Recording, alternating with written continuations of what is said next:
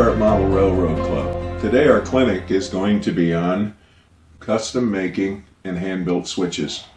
Some of the stuff we're going to be using is going to be from the Fast Track people. Some jigs, some files and stuff, but mainly we're going to use their paper jigs, and we're not going to be using their metal prefab jigs. So what I've done here is I've started out and taken one of their paper templates and printed it out, and each will come in 3 sections. End scale will come on 1 page. So you can notice they're quite a bit smaller. And they have various templates for 30 R36 radius curves, left, rights. There's over 1,000 templates that they have in their website. So I just printed a few out, and then I'm going to build one here, and it's a number 10. So what I've done first is I've taken, and they send, like I said, they send the PC boards. So I purchased those. And that's what we solder to. And then what I've done here is I've pre-cut a bunch. But all you do is just reach in, cut this, and on the template they will have a darkened area, so I will put this across, and that gives me the length. And all I do is I take a magic marker, I mark the length, and cut it accordingly.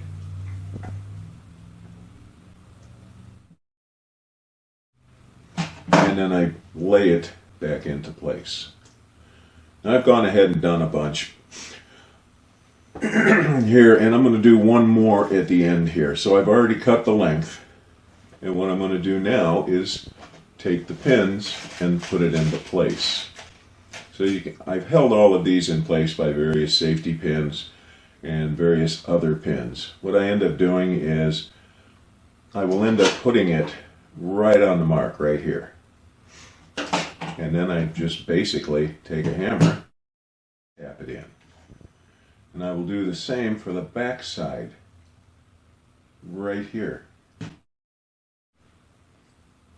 And I put it into drywall. Many times through the years, you've seen a lot of trestles. They put cardboard behind it, they put the template out, and they work off the cardboard. I use drywall. It is so much more stable. And when I pound in it, the stuff stays. If I make a mistake, when I pick it up, it doesn't flex, it doesn't bend in the middle. So I've got one more piece and one more to put in. And then we're almost ready to go here. Now after I've done this, if you notice I put 2 in the back, 2 on the outside. The ones in the back are to hold it in place, and then I place 1 in the front.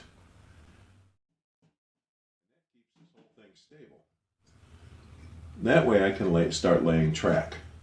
Yeah, and I use track from Micro Engineering, and this happens to be in particular code 83.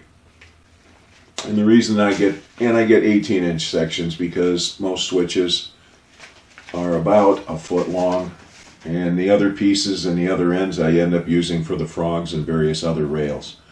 So once we have the stock rail, we're going to be putting it into place, as I will start with the pins.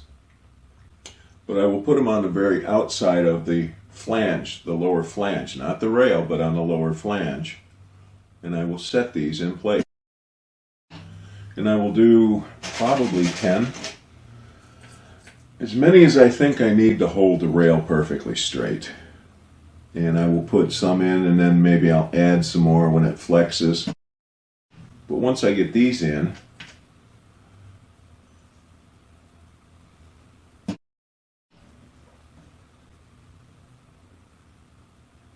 then we will drop the rail in and we will match up the other side. So what I'm going to do here is I'm going to set the rail right next to the pins. And then what I'm going to do is I'm going to push the other pin snug.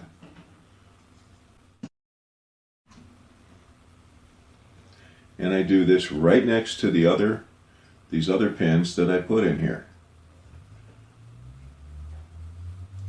Let's get a lot of pins in here. So we're not going to do all of the pins in the rail. What I've done is like I did with the pins on the PC boards, I put a bunch in, and we're just going to finish up these last couple.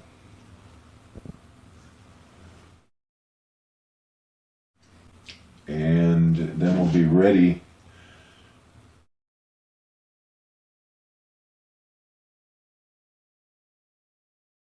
And so that takes care of the first stock rail.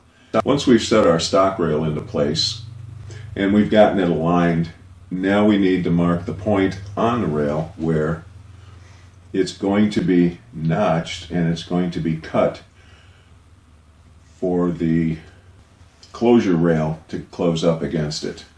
So we do that, we take it out, and I'm going to get the jig. And this is one of the ones that I use, and this was supplied by Fast Tracks.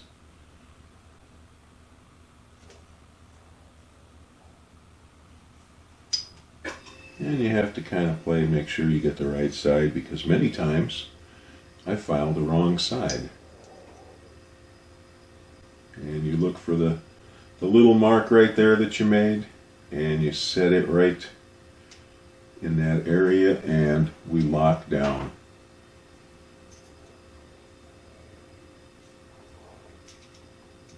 We lock it into place. And then we start a big file. We start filing it.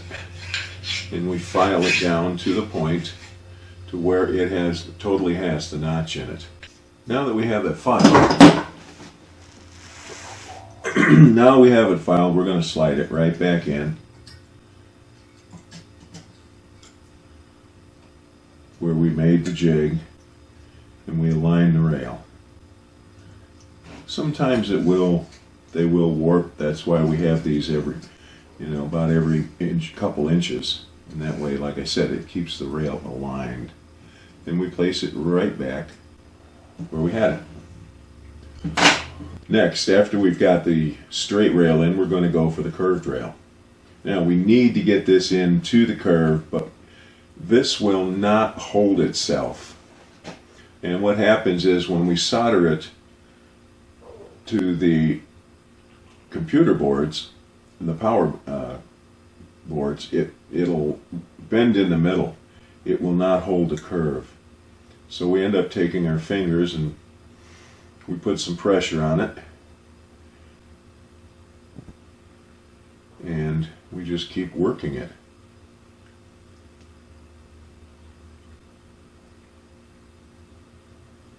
And so we've got a pretty nice arc in it. Like I say, we don't overbend it. We get it close, and then we drop it into place. And once again, we have to mark the point for our stock rail. And we take the stock rail, we put it back in the jig. We file it just like this side. Now we've set our curved rail. Now we're ready to solder this. So once we have that done, we can take out the pins holding the rails.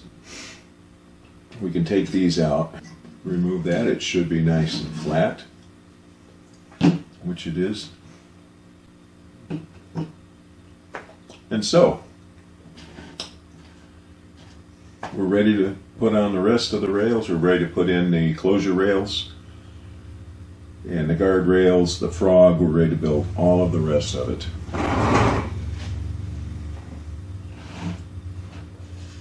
And I'm going to put this over here. Since we have all of the stock rails already set, I'm going to move this board aside. I'm going to pick up this one. Okay, as you see, we have the frog is in. The closure rails are in, and the important thing about this is I'm not using a flex hinged closure rail. We're using a solid closure rail. So we don't have the pins and everything happening in the middle, and chances are we're going to have a problem. I have the flangeway set right here, and it's not soldered yet. And that's when we get out our NMRA gauge. And we have several things on there, and this is what they call a no-go. And that little flange should sit right in without moving the rail. And so I check this side and I'll check this side. Once again, I have the pin set to set it to the proper place. Now, one of the biggest keys to doing it here is getting our track width. I took the stock rail first and I just checked it, the proper spacing out here. I moved into here and checked this spacing, and now we're on the closure rails. So we're going straight, so we're going to be on this rail and the outside rail. And we just want to check it. We want to check it right about where we put the pins and all the way down. We get this preset. And even up here at the frog. Now we're ready to solder the closure rails. And once again, we set up the flux and get it in there, and we're careful not to put it on the inside of the rail. But by putting it on the inside, you have a possibility of the flange hitting it.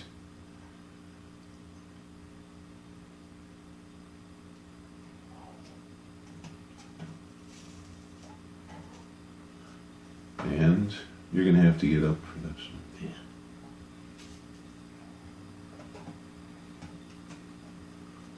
Okay.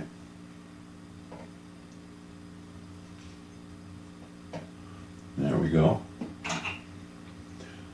So now we have the beginning of our closure rail. Now we have everything else here is set. Our frog is set. We've already soldered the frog in. So we're going to do the flange way. So we're going to, once again, bring out the flux. Make sure everything is, have the flux on everything. Make sure that we have flux on all of the rails, because once we start soldering, I particularly don't want to stop. I want to keep going. And once again, because we're doing this, we want the weight and we want everything pushed down. So we get the rails nice and flat. And we just systematically start up right where we're at.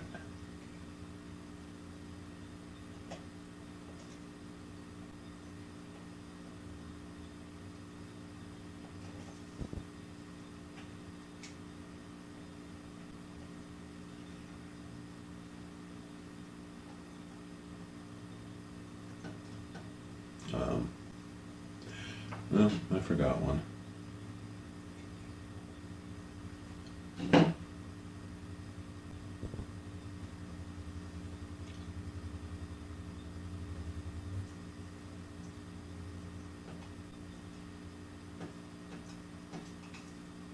It's not wanting to do what I want it to do. There we go. Yep, there we go. And now, because of it being so awkward, I'm going to turn this around and we're going to do the other side.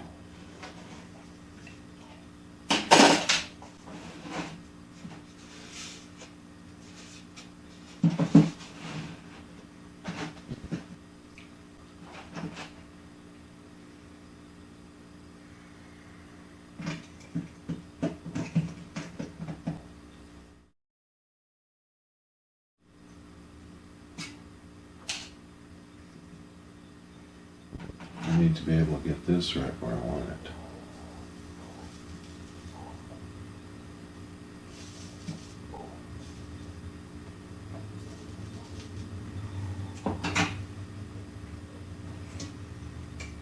Also, I've used push pins to hold the rails down also.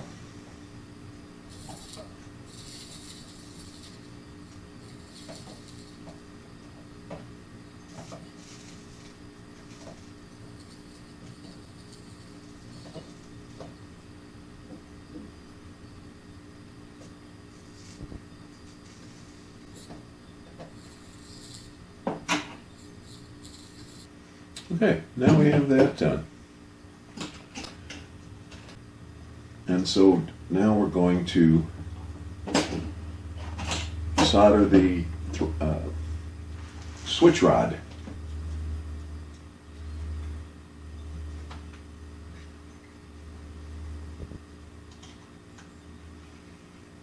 So we slide, I didn't put the switch rod in before because it just gets knocked around in here.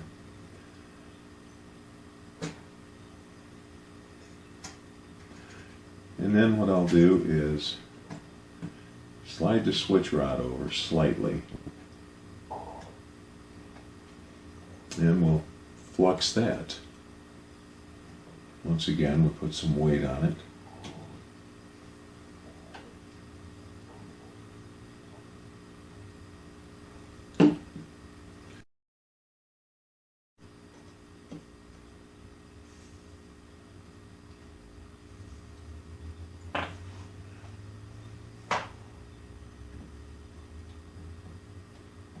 There we go.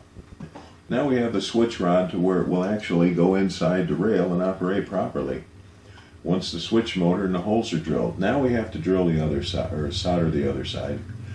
And there is a definite way to do it that has been shown to me several times.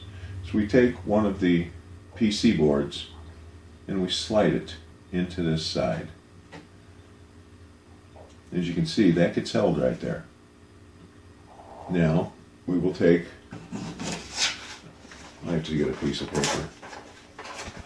A piece of paper. And we have to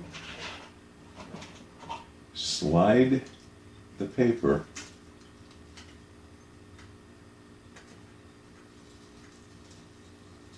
under the rail.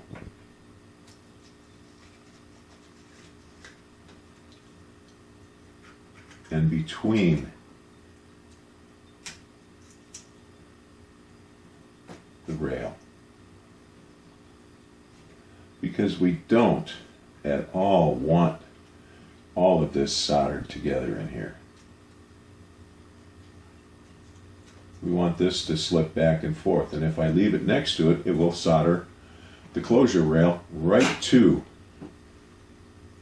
the stock rail.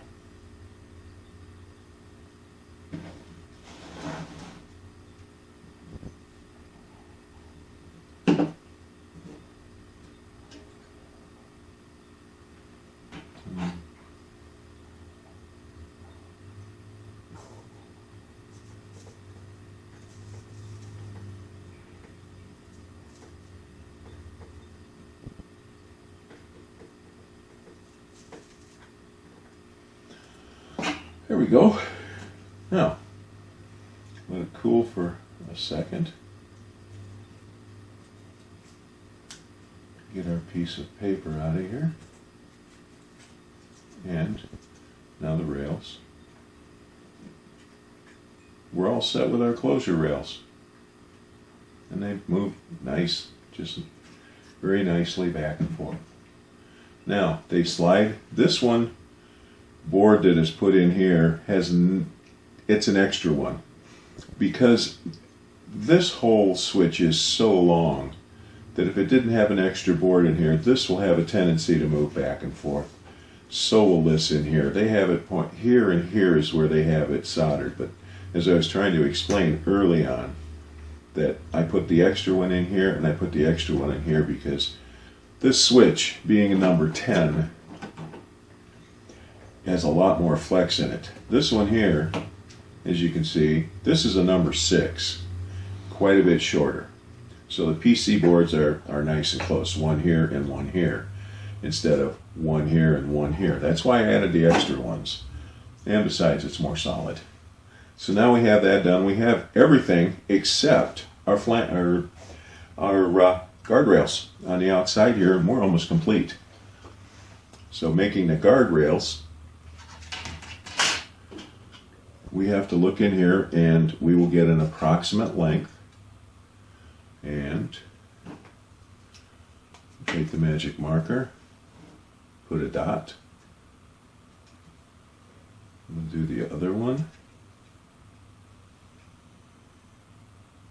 another dot.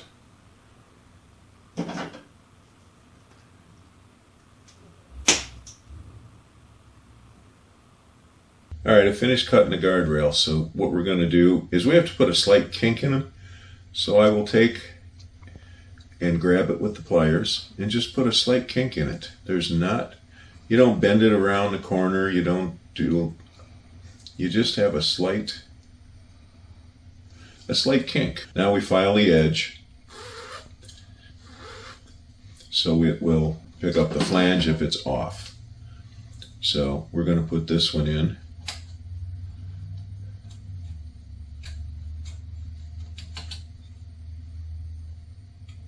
We're going to set it in place. So now I put the weight on there and we're ready to solder. Put a little flux on and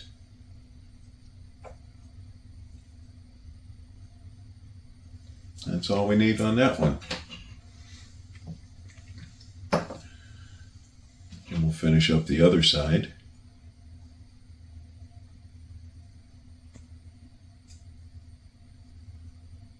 That's that.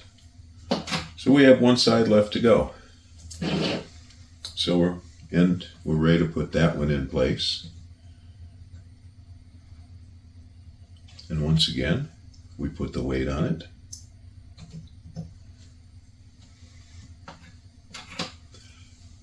Put the flux.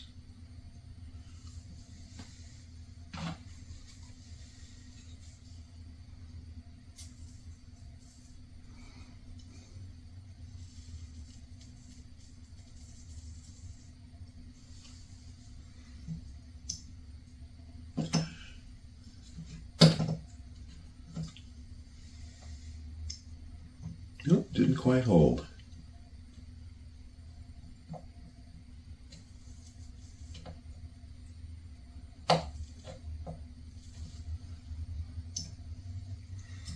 And then we finish it up and finish up the other side.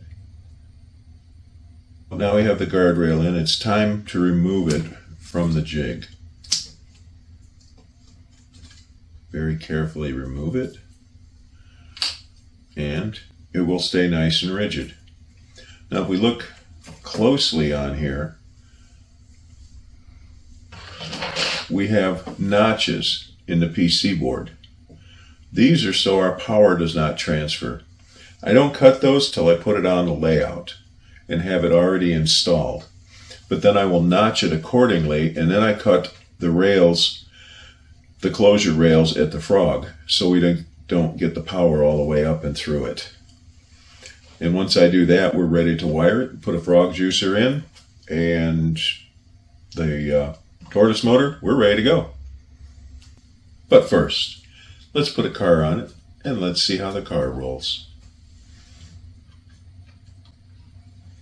So we have our throw rod, so we'll put it over to straight. And it rolls right through. We'll set it on the curved side, just to check. And it rolls right through with ease. Whoop. So after we've run the car through and we make sure everything is functioning properly, it's time to put the ties in. And these I get from Mount Elbert, which is through Fast Track, and I can buy them in a bulk bag. Usually 500 to 1,000 at a time. And the way I've done this before is I will put the jig upside down on top of the other side. So we have basically a jig that we have to put on your sticks. I'll attach it and then place them and glue them as I go. You know, it's a little tedious, but the end result is a beautiful looking switch.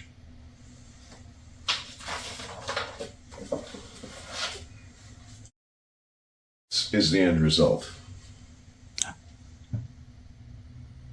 Notice we have it. All we need to do now is stain it, weather it, and put on wiring, and you're ready to run your trains over it and enjoy it. And I'm Ken Prager from Elkhart Model Railroad Club. Good evening.